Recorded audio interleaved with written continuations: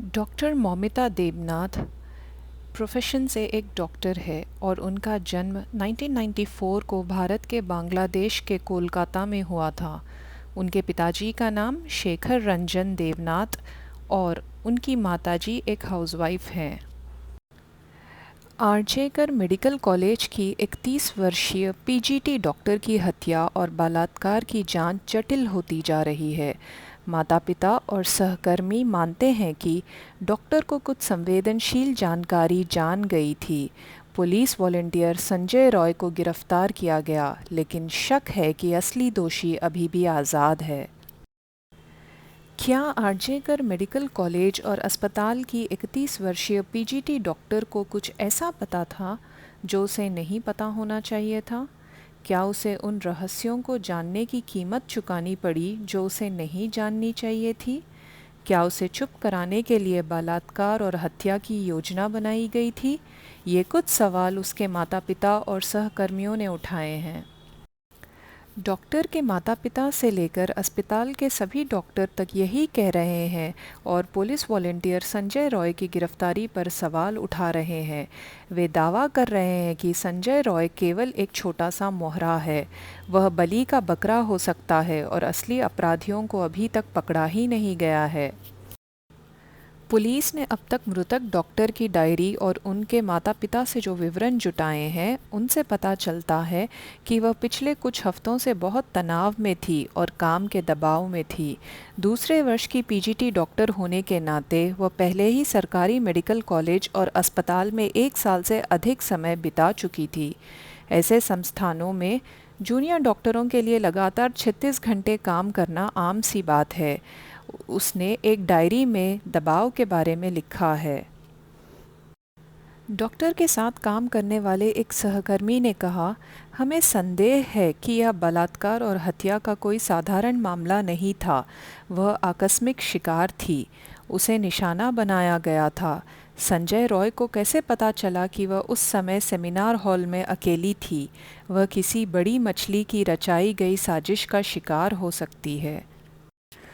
कुछ लोगों ने आरजे मेडिकल कॉलेज के ड्रग रैकेट की ओर इशारा किया। एक अन्य सहकर्मी ने कहा कि उसके विभाग में संभावित ड्रग साइफनिंग रैकेट की चर्चा है, जिसका वह पर्दाफाश करने की कोशिश कर रही थी। हमारे लिए इस पर संदेह करने का एक कारण है क्योंकि वह ईमानदार थी। कई सहकर्मियों ने कहा है कि वह पूर्व प्रिंसिपल संदीप घोष की साजिश का शिकार हो सकती है। उन्होंने कहा कि अधिक काम करने को लेकर संदीप घोष ने एक एसओपी जारी की थी। इसे संदीप घोष के नेतृत्व वाले आरजीकर के पिछले प्रबंधन की निगरानी में पूरा किया जाता था। घोष की लाइन पर ना चलने वाली संकाय सदस्यों के लिए इसका मतलब तबादला होता था। वही एमबीबीएस छात्रों को परीक्षा में फेल कर दिया जाता था। डॉक्टर को शायद इसका विरोध करने की इतनी बड़ी सज़ा मिली है। आरजेकर मेडिकल कॉलेज और अस्पताल के कुछ अंदरूनी लोगों ने कहा है कि पीजी प्रशिक्षु डॉक्टर बेहद मेहनती थी और अपने करियर पर ध्यान केंद्रित रहती थी। वह हमेशा से डॉक्टर बनना चाहती थी और उसने मेडिसिन को चुना। हालांकि उसने इंजीनियरिंग प्रवेश परीक्षा भी पास कर ली थी। जब उसे चेस्ट मेडिसिन की पढ़ाई के लिए आरजीकर में पीजी सीट मिली तो वो बहुत खुश हो गई थी। माता-पिता ने हमेशा ही संदेह जताया।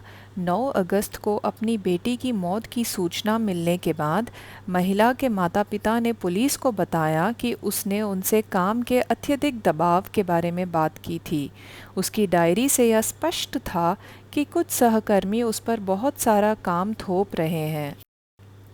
मामला सीबीआई को सौंपे जाने से पहले माता-पिता ने कथित तौर पर पुलिस को बताया था कि उनकी बेटी ने विभाग में कुछ ऐसा देखा या सुना जो उसे नहीं पता होना चाहिए था।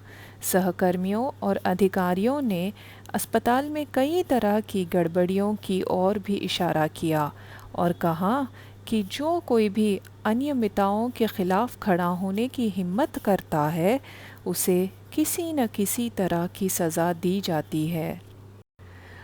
कोलकाता के आरजी कर अस्पताल के इस ट्रेनी डॉक्टर के इस रेप मर्डर के मामले में अस्पताल के पूर्व प्रिंसिपल और आरोपी से 10 से 15 घंटे तक सीबीआई ने पूछताछ की। सीसीटीवी फुटेज गायब होने से साजिश का शक और बढ़ता गया। संजय राय का मनोवैज्ञानिक मूल्यांकन भी हुआ। सेमिनार हॉल के 3D इमेजिंग भी की गई। मां और दोस्तों से भी पूछताछ अभी भी जारी है। भारत के मुख्य न्यायाधीश डीवाई चंद्रचूड़ ने मंगलवार को पश्चिम बंगाल सरकार की उस अधिसूचना की आलोचना की जिसमें राज्य संचालित अस्पतालों को महिला डॉक्टरों को रात में अपॉइंट करने से बचाने का निर्देश दिया गया था। उन्होंने कहा कि उन्हें सुरक्षा प्रदान करना राज्य सरकार का कर्तव्य है। कोलकाता के आरजेकर मेडिकल कॉलेज के 31 वर्षीय प्रशिक्षु डॉक्टर के साथ जो क्रूर बलात्कार और हत्या हुई है उसको मद्देनज़र जारी अधिसूचना को बदलने के लिए बंगाल सरकार का आदेश देते हुए मुख्य न्यायाधीश ने कहा, आप यह कैसे कह सकते हैं कि महिलाएं रात में काम नहीं कर सकती? महिला डॉक्टरों पर सीमाएं क्यों लगाई जा रही हैं? वे रिवायत नहीं चाहती? महिलाएं एक ही शिफ्ट में काम करने के लिए तैयार कैसे हो सकती हैं? मुख्य न्यायाधीश ने कहा, सिबिल, आपको इस मुद्दे पर ध्यान देने की ज़रूरत है। इसका समाधान उचित सुरक्षा उपाय सुनिश्चित करने में निहित है। पश्चिम बंगाल को अधिसूचना में संशोधन करना चाहिए।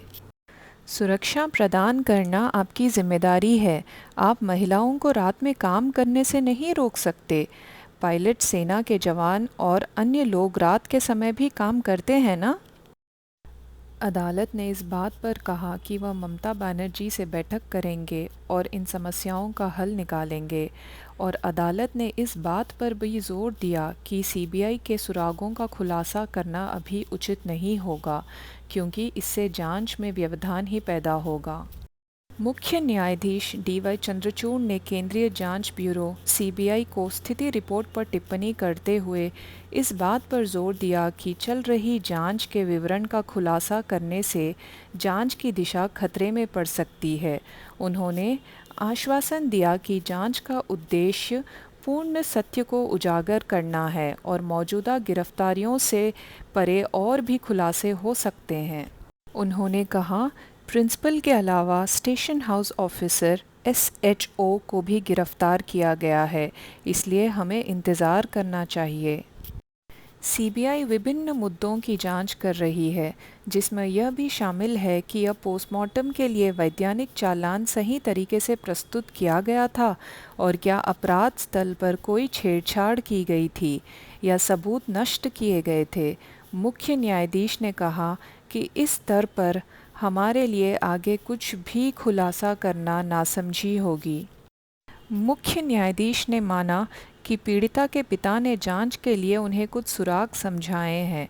उन्होंने कहा, हम इन सुझावों को सार्वजनिक नहीं कर रहे हैं लेकिन वे मूल्यवान जानकारी हैं। उन्होंने कहा कि केंद्रीय जांच एजेंसी को उन पर विचार करना चाहिए। सीबीआई का प्रतिनिधित्व कर रहे सॉलिसिटर जनरल तुषार मेहता ने कहा कि जांच एजेंसी मुख्य न्यायाधीश के सुझाव को स्वीकार करेगी। मुख्य न्यायाधीश ने ये भी कहा है कि जांच में 5 दिन की देरी के कारण सीबीआई को कई चुनौतियों का सामना करना पड़ रहा है जिससे इसकी प्रगति सीमित हो गई है। 12 सितंबर के पत्र की समीक्षा के बाद न्यायालय ने कहा कि उठाए गए हुए मुद्दे अभी भी सीबीआई द्वारा जांच के अधीन हैं तथा इस समय कोई निष्कर्ष नहीं निकाला जा सकता। आगे की खबर मैं फिर लेकर आऊँगी आप सबके साथ। धन्यवाद।